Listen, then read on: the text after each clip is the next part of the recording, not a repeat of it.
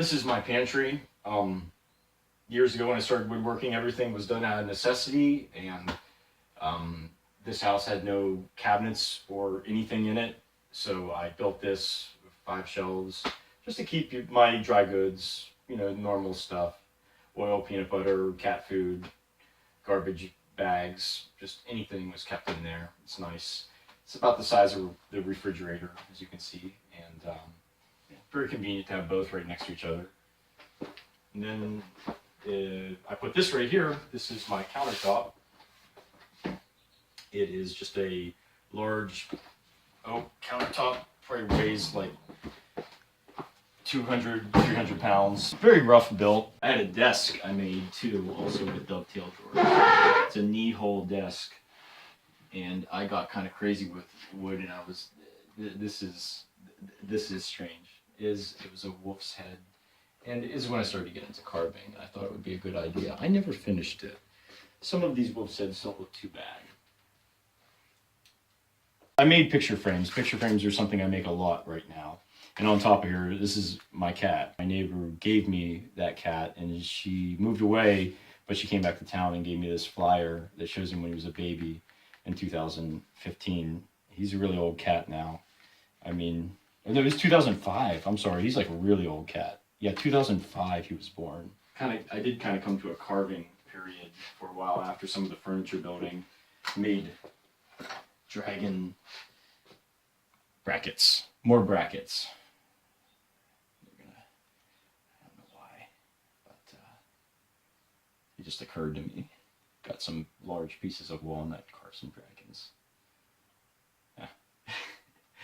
I made a few clocks. I used to think clocks would be like a good tradition. I could make them year after year. I made 1, 2, 3 clocks, like a tradition that lasted 3 years. And I do it in the winter time, and they symbolize time, I guess. So I'd have a clock for every year that I made it. But I've given some of them away. My mom has some at her house. I don't have a lot of them, and I didn't finish this one, but I plan on finishing it. It's a work in progress, and there's a lot of things you can see that are half finished. I recently just gave a clock to my cousin who came to visit. I kept this one, and it's just carved out of oak, and it was from a old couch. I guess they made old couch frames out of oak a long time ago, and this is some wood I collected, and I carved that. Floral motif again, and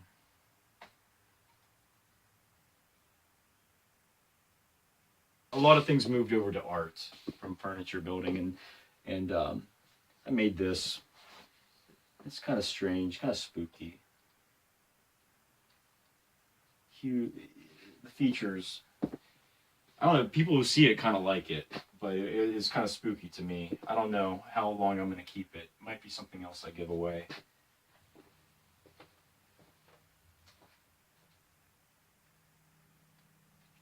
It's a tree of life. It's the Sephirothic tree of life. It's kind of an old, like a mystical thing a guy named Robert Flood devised. And I just saw the picture, and I had large slabs of walnut. And this one also has some symbolism on it, like hidden all around. And on the sides I had an A for Alpha and Greek Omega symbol here at the bottom. This is an artist called Mondrian also, who makes a lot of basic geometric patterns, and this is kind of inspired by him. It's very square, plain, geometric, and I just repeated a pattern 3 times. This is more art. The woman with the saxophone playing is a commission someone asked me to make, and she didn't want it, but I was very happy to keep it. I think a lot of people like it.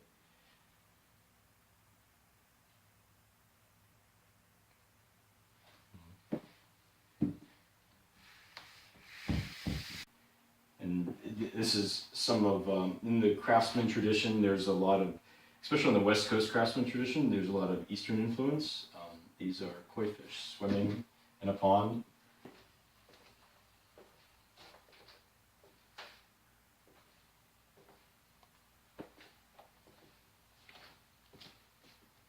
This was easier to make than people think. It's a skeleton hand, and you know, another interest, like just like faces in anatomy, was this hand. I looked at pictures of all the different bones, and it was easier to make than people imagine with cherry on a spindle sander. The flower was actually the hardest part to make on that. That was actually very difficult to make. The bones were pretty easy, and I don't know why I did that at the time, but it was kind of a heavy metal wood carving. This is a little secret I guess I'm going to show. This Maori head I carved. So it's a secret compartment. Some rare earth magnets. This is a fun project. You can hide something in it. I don't hide anything in it. Face goes back on like that. It sits right there. His hat on.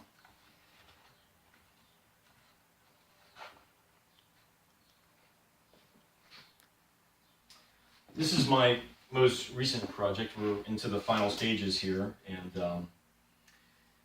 it's just another rose motif, framed mosaic. I haven't properly framed yet. So just putting pieces of wood here to kind of get an idea of the final look.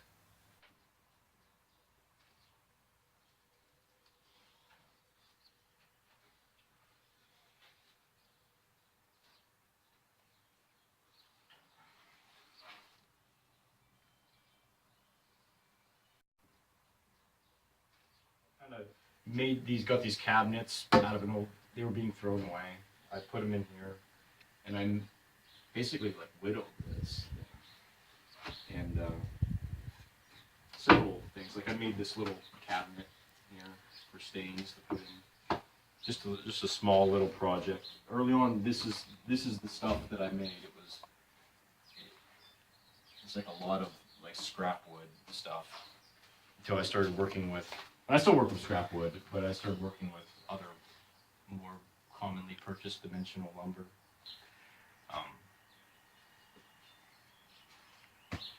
I collect a lot of stuff.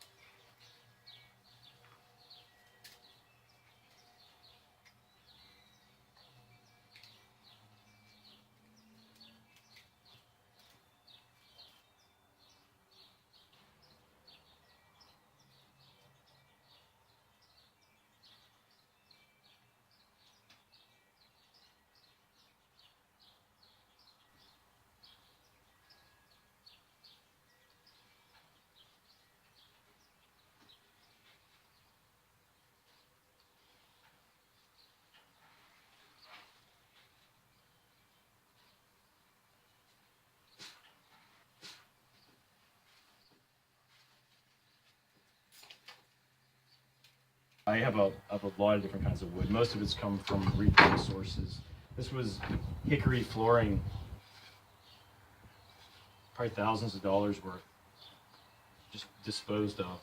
Been using it in a lot of projects. A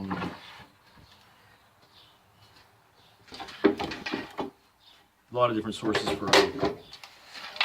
It's grown locally, for sale in big box stores. It's used in pallets. It's so easy to find. Lots of oak in my projects. Some things like this project made out of maple, made out of skids. It's an abandoned project. It was pretty ornate. That was maple. More oak. Been doing a lot of. And some cherry. Just practicing the floral motif, carving roses in this. Something from probably some winter or some weekend where I drew and then carved. A lot of this I can see I did this by hand because it has the gouge marks on it. This wasn't done with a Dremel. I think these are the gouge marks from the carving tool. Real rich red pieces of wood called sapele. Kind of looks like mahogany, but it's a little cheaper, but you can make some nice projects. Several in my home are made out of this. Then I had some, it's called yellow heart. I don't know what the actual species name is for it. It's very, very loud yellow piece of wood. Small pieces like this are just things you end up saving because it's an exotic wood, and you never know when you'll need a nice small piece of exotic wood to flourish a project.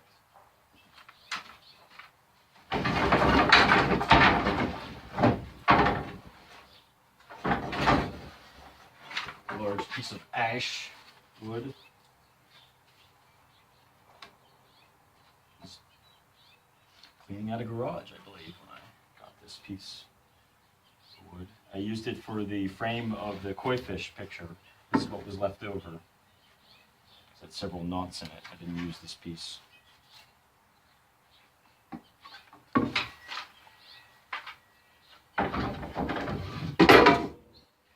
And this is a maple. I think this is sometimes called ambrosia maple because of these speckles and spots in it.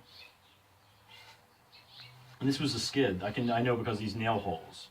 Usually there's another piece of wood here and just nailed to it. So this is something that I probably found and kept, probably from work, and planed it off because there's the marks from my planer. Another piece of wood you can just find usually in a skid. The easiest way when I'm trying to identify a piece of wood, and this might sound weird, is the smell of the wood. Every wood, it has a unique smell when you're machining it.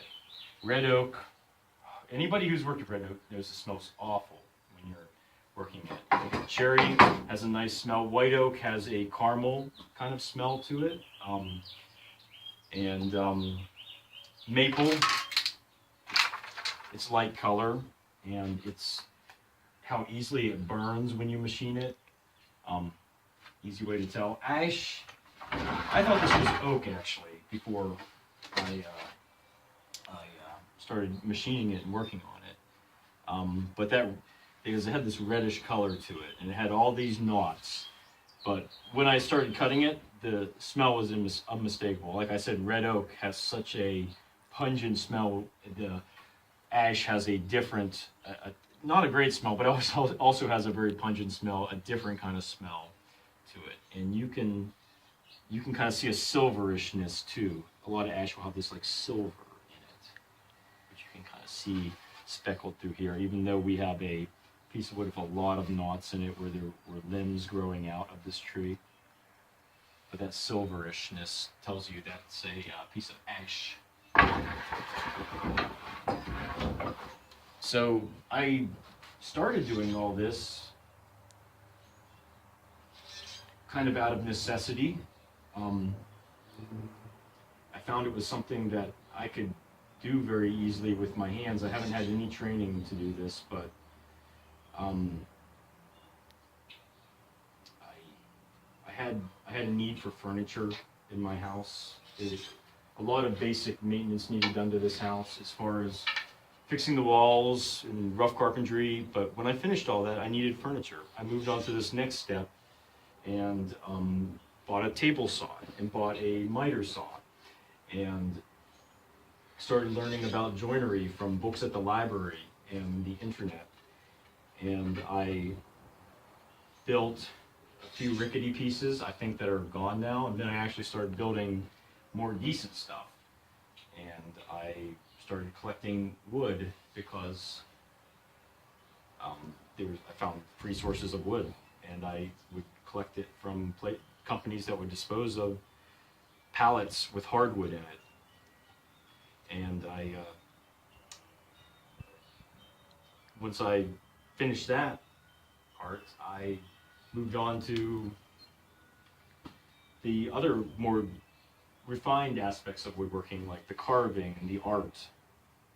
I moved on from basic furniture joinery to buying carving tools and learning really how to shape and machine wood.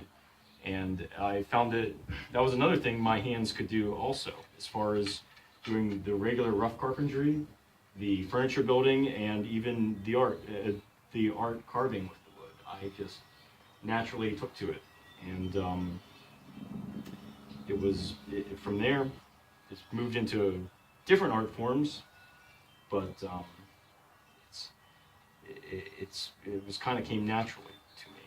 And I don't know. You're lucky if you discover something like that you can get enjoyment from, and that rewards you, but also challenges you, and you can grow and go through several stages with, like woodworking.